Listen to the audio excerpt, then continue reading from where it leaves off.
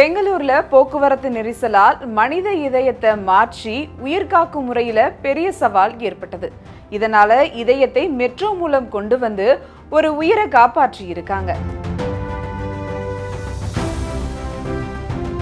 இந்த சம்பவத்தின் மூலமா மெட்ரோ ரயில் சேவை ஒரு போக்குவரத்து சேவை மட்டும் இல்லாமல் உயிர்காக்கும் சேவையாகவும் மாறி இருக்கு.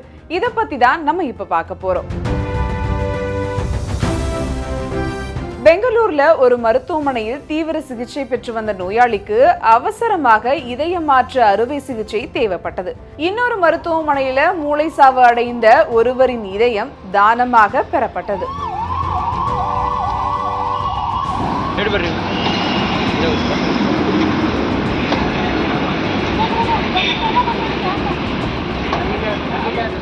இந்த இதயம் அறுவை சிகிச்சைக்காக குறிப்பிட்ட நேரத்துக்குள்ள கொண்டு செல்லப்பட வேண்டும், இல்லனா அது வீணாகிவிடும் என்ற ஒரு நிலைதான் ஏற்பட்டுச்சு. சாதாரணமா இந்த மருத்துவமனைகளுக்கு இடையே பயணம் செய்ய 1 மணி நேரத்திற்கும் மேலாகும்.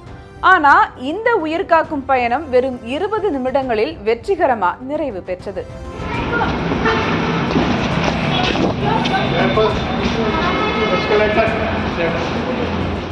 இதயம் கொண்டு செல்லப்படும் தகவல் உடனடியாக மெட்ரோ ரயில்வே கார்ப்பரேஷன் அதிகாரிகளுக்கு தெரிவிக்கப்பட்டது. அவர்கள் எந்த தயக்கமும் இன்றி விரைவான போக்குவரத்துக்கான ஏற்பாடுகளை செஞ்சாங்க.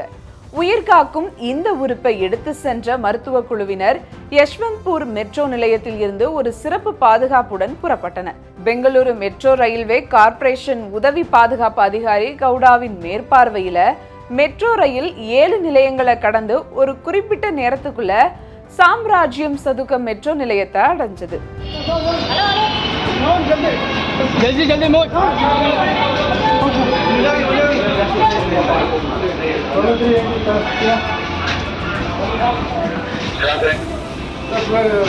இது போன்ற மனிதாபிமான செயல்கள்ல மெட்ரோ நிர்வாகம் ஈடுபடுவது இது முதல் முறை அல்ல.